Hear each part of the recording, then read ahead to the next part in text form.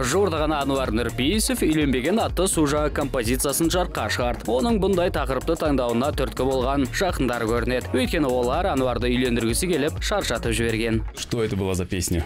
Почему целая песня про то, что ты не женат? Ты знаешь, меня просто достали этим вопросом.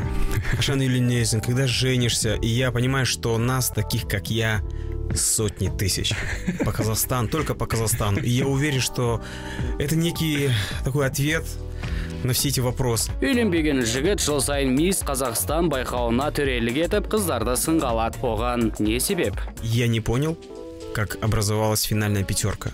И больше у меня вопросов, как из этой пятерки народ с помощью СМС-голосования выбирает главную мисс. Все очень красиво сделано организаторами, так что комар носу не подточит. Хотя ты даже сидишь вот так в упор, смотришь, ты стоишь, выбираешь, вроде бы ты выбираешь этих, а потом как-то получается так, что все это другие. Ануарға бұл жоба мүлдем ұнамаған, бірақ Нұрпейісов жыл сайын қазылар алқасының қатарынан көрінеді. Неге? Я один раз ходил в жюри, на следующий год они опять меня зовут, я говорю, пожалуйста, не зовите, я не хочу жюри. Но они нашли рычаги, попросили одного человека, дружба с которым мне...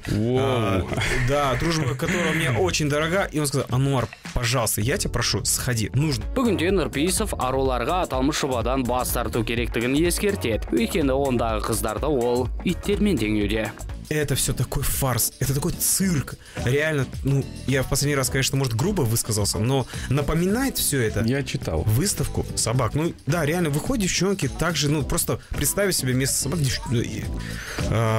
тех же собачек, которые сами ходят без своих поводырей. Айтпақша, Астанада 2 жыл тұрған Нұрпейісов жуырдаған Алматыға қоныс аударды. Оның Алматыға көшіп келуіне не түрткі болды? 2 года я мучился в этом городе, но благодаря этому опыту я сильно полюбил Алмату.